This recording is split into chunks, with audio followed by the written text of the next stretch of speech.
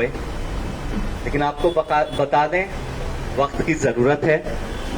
आज जो सूरत हाल है उसने मजबूर किया है कि हम अपने लोगों को ढूंढते हुए बिहार से बाहर मुख्तलिफ शहरों में मुख्तलिफ जगहों पर आपके बीच जाएं और हमारे समाज का, हमारे गांव का, हमारे इलाके का, हमारे राज्य का जो सूरत हाल है, जो हमारी कौम का खास करके सूरत हाल है, वो आपके बीच हम रखें और आपसे गुजारिश करें कि आप लोग शहरों में रहते हैं, बेहतर कमाते हैं, बेहतर जिंदगियां जी रहे हैं, तो कुछ न कुछ जिम्मेदारी, एक बड़ी जिम्मेदारी आपके कंधों पर भी है।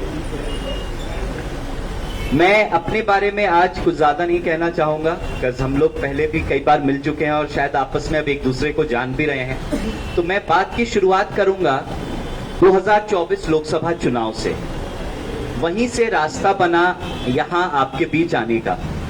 जब चुनाव हुआ, उम्मीद हमें अच्छी थी, लेकिन हमारे उम्मीद से हटकर चुनाव का रिजल्ट रहा और पूरे बिहार का रिजल्ट बहुत खराब रहा और उसमें खास करके हमारे मिथिला रीजन का रिजल्ट बहुत ज्यादा ही खराब रहा।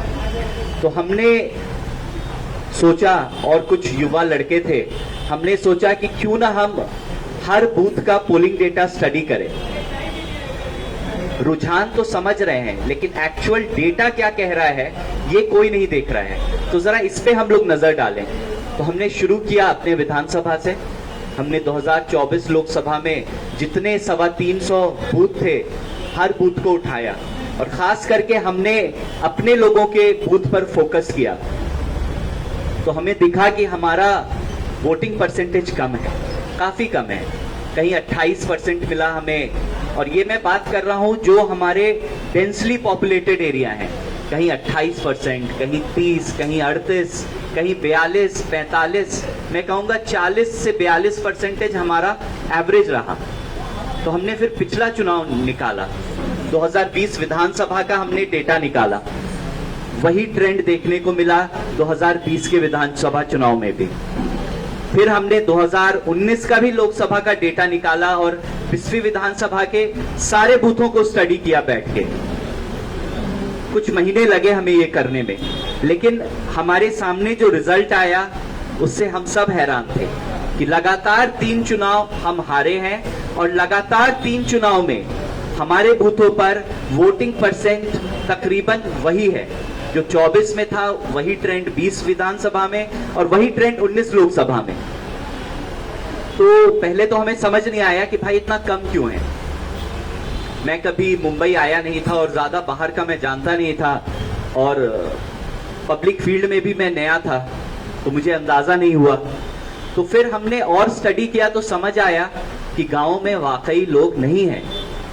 रोजी रोटी के लिए, काम कारोबार के लिए लोग मजबूर हैं बाहर शहरों में रहने के लिए, और बाहर शहर में है, गांव में नहीं है, इसलिए यहाँ पोलिंग कम हो रही है और हमारे कैंडिडेट हार रहे हैं। और हार भी ऐसी वैसी नहीं, छोटी मोटी हार हो तो हमें क्या फर्क, आपको क्या फर्क, हम लोग अपनी जिंदगियों में लगे रहें, लेकिन हार ऐसी कि हमें मिट्टी में मिला दे, ऐसी हार। अब देखिए 24 लोकसभा हुआ, आप देखिए एक भी मुसलमान हमारे इलाके में, मधुबनी, दरभंगा, समस्तीपुर, आप आसपास चले जाइए, एक सांसद नहीं जीत सका, जबकि हमारी आपकी आबादी उस इलाके में लगभग 30% है, एक नहीं जीता। आप आ जाएं पिछले विधानसभा चुनाव पे, मधुबनी जिला देखिए, पूरी चौहद्दी में आपको गिनवा दूं, दरभंगा जिला देखिए, पूरब में सुपौल देखिए, पश्चिम में सीतामढ़ी देखिए, सारा हमने स्टडी किया बैठ के। एक हमारा एमएलए चुनाव नहीं जीत पाया वहां, एक भी नहीं। लगभग 38 विधानसभा है, 30% हमारी आबादी है और नुमाइंदा हमारा 0। तो इस हालत में आज है। और उससे भी बड़ी परेशानी कि मेरे जैसे पढ़े लिखे लोगों को भी आइडिया नहीं है, तो आप सोचिए गांव घर में लोगों को तो बिल्कुल अंदाजा नहीं है कि आज हम किस मुसीबत में हैं और बिल्कुल जमीन पे गिरे हुए हैं। सिर्फ दफन होना बाकी है, वही कसर रह गई है।